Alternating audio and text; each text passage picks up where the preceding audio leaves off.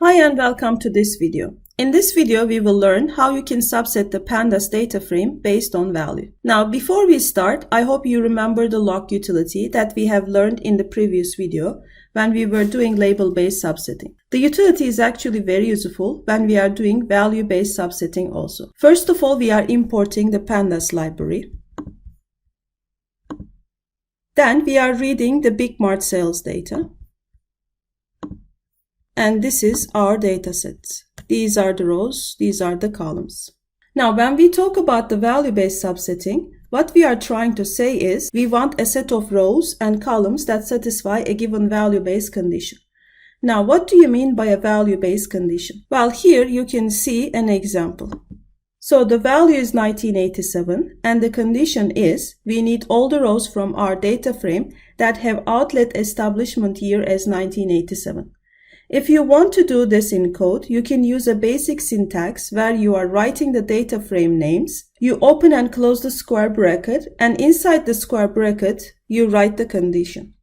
So for me, the condition is outlet establishment year is equal to 1987. So data.outlet establishment year equal to 1987 is the syntax. When you run this line of code, you will see that you have got all the rows from the entire dataset wherever the outlet establishment year is 1987. Let's run this one.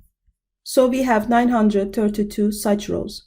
And if you remember, our data frame was 8,500 something rows. Now, just like you can write this condition using the square brackets to get a value-based subsetting, you can write the same condition inside the log utility too. So let's activate this one. And this will give you the same result. And we have still 932 rows. Now, this is something that I want you to keep in your mind because by the time we reach the end of this video, you will understand why we are discussing about log also. So this was a single condition. What if you want to check multiple conditions and get the rows or columns that follow multiple conditions? In this example, the two conditions that I want to check is my outlet establishment year is 2009 and my outlet size should be medium. Let's run this code here. And so I have here 928 rows that satisfy this condition. Now, do you notice this special symbol in between? Well, this special symbol is nothing but a symbol in Python that you use to denote the AND operator when you're working with pandas data frames.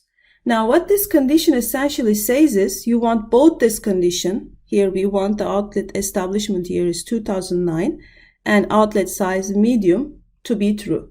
So you want all the rules in which both the year is 2009 and the outlet size is medium.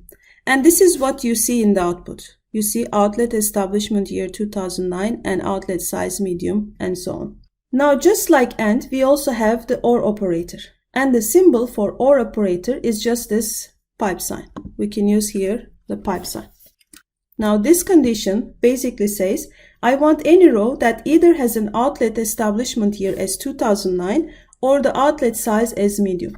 So let's run this code and see what the output is. So initially we had 932 rows. Now we have 2,793 rows. And you can see that here as the output, you can either one of these conditions true. For this case, medium is true. For this one, both of them are true. Medium is true. Both of them are true. This one is both of them are true and so on. And this is how you can use multiple conditions to do value-based subsetting in pandas. Notice that each condition is enclosed in its own circular parentheses. And this is a good practice that you should learn. If you are writing multiple conditions, always enclose each condition with a parenthesis, like here.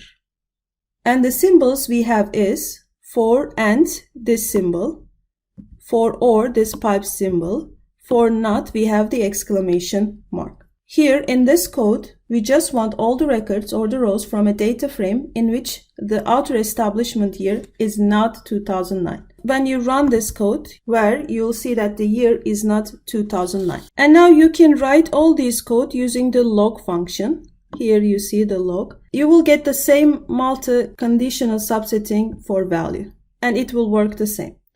Now, so far, even though we were checking multiple conditions, for each condition, we were only checking one value. In the previous case, it was 2009 for the outlet establishment year, and for the outlet size, it was medium. But what if you want to check a condition on a list of values that has multiple values? Suppose now the question that I have in front of me is, I want all the rows that either has the outlet establishment year as 1987, 1988, and 1999. So I basically want any row that has the outlet establishment year in one of these 3 years. So that's why we have used in this example or the pipe sign. Let's run this piece of code. And here, as you see, we have 1862 rows. And you can see that outlet establishment year is one of these years that we are looking for. 1999, 1987, and so on. Now, if you look at this code here, you will notice that we are essentially repeating the same condition. We are writing outlet establishment year for 1987 with its own parentheses and do it for 1988 and do it for 1999. So, do you think there can be a better way to do this? Well, actually, there is a better way to do this. And that is using the isin function, as you see here. So, what isin lets you to do is, it lets you check for this same equality condition in a list of values. So now, when you run this code, you will get the same result. And here, because I'm using the isin condition, my code is pretty simple and straightforward.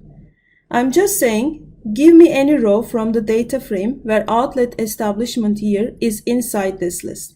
So it can be any value. You can add more numbers to this list like 2001. You can delete numbers from the list and so on. And in real world example, trust me, a lot of times you have certain values as a list and you want to see all the rows that fall into at least one of the values given in the list. So this was the isin function. And thank you for watching this video. We will continue value-based subsetting in the following video.